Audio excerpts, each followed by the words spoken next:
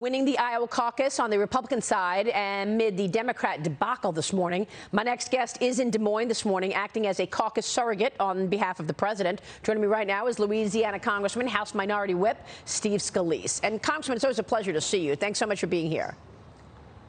Good morning, Maria. Great to be with you. First, you're on the ground. Give us the sentiment there. What are you seeing? I mean, we've been talking about this debacle all morning. The New York Post calls it Des Moines, D-U-H, duh, Democrats in chaos as the Iowa caucus implodes because they don't know who won.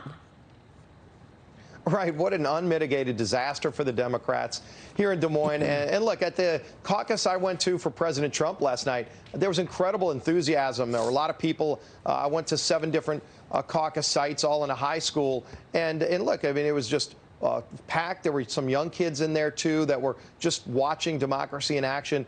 They really, really appreciate what the president's done over the last 4 years. And then you contrast that with literally you see candidates on the Democrat side giving victory speeches when they have absolutely no idea how they did.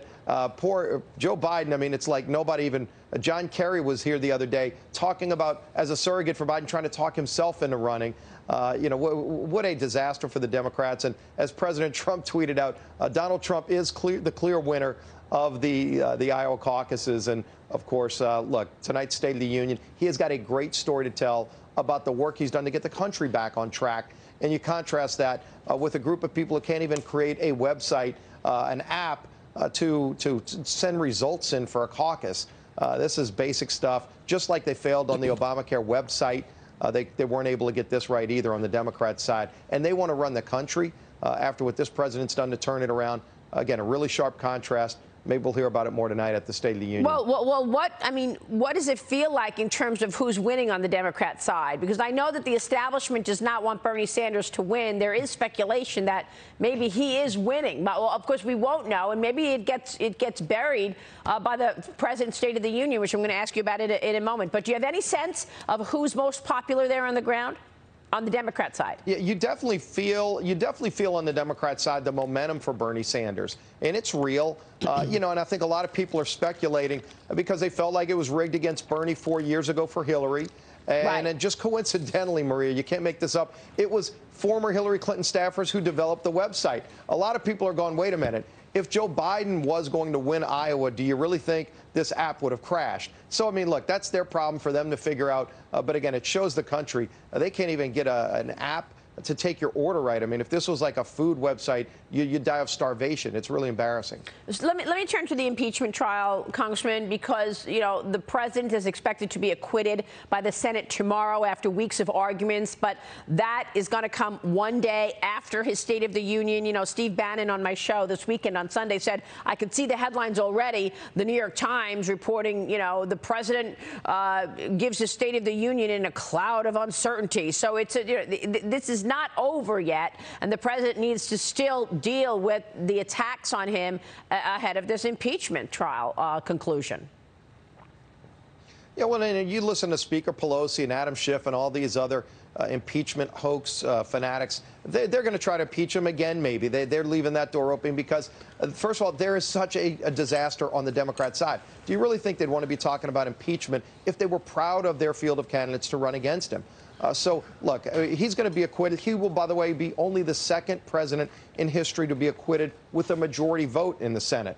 Andrew Johnson was almost removed from office, literally just 1 vote away, whereas Donald Trump will be acquitted by an overwhelming majority vote.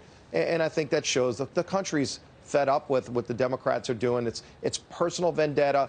They want to see our Congress working to lower drug prices, to get an infrastructure bill to secure our border. That's what they'd like us to work on instead of what Pelosi's done for this last year, wasting her majority on this obsession with impeaching the president because a radical left base is still angry that he won the 2016 election. So is that what the president's going to focus on tonight? We're on countdown mode for the State of the Union. The president is set to promote, quote, the great American comeback during this annual speech. This will be his 3rd State of the Union. He's been touting a strong economy, an even stronger nation. That's what we're expecting tonight. What as far as you know, will be the focus of tonight's State of the Union?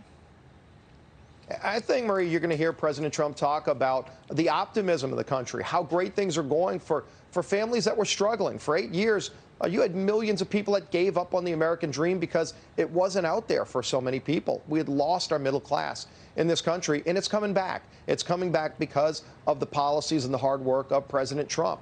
What we were able to do working with him on cutting taxes, what the president's done getting regulations under control, focusing on building our military. Look, I was at the White House last week when we signed the USMCA deal. How many times had you and I talked about USMCA? If Speaker Pelosi would just put it on the floor, it would pass overwhelmingly. And she sat on that thing for 6 months because she didn't want him to get a victory. Well, it's not only a major victory for President Trump, it's a major victory for American workers. Here in Iowa, what farmers are going to benefit from, all over the country. Right. And so it's finally law now because President Trump has worked. And so he's got a great story to tell about while they're, and I think, again, it is a real important juxtaposition. While they're so fixated with this political obsession of impeaching him, he's just focused on working for the hardworking families of this country who elected him to go out there and deliver on the promises that he's followed through on. Yeah, so but he's got a great story to tell. The country's doing great. Is the president going to have to come up with something to offset the weakness around coronavirus? I mean, when I interviewed the president in Davos, he said he was working on a tax cut plan for the middle class, not just keeping the tax cuts permanent, but also cutting taxes. Now we see that this coronavirus is spreading, and I'm worried about inventories, about a bottleneck, about companies not being able to get their components from China because all the factories are shut down. That's going to hit earnings and certainly the economy and the market. So do you feel that the president needs to come up with some boost in the economy to offset what's coming from coronavirus?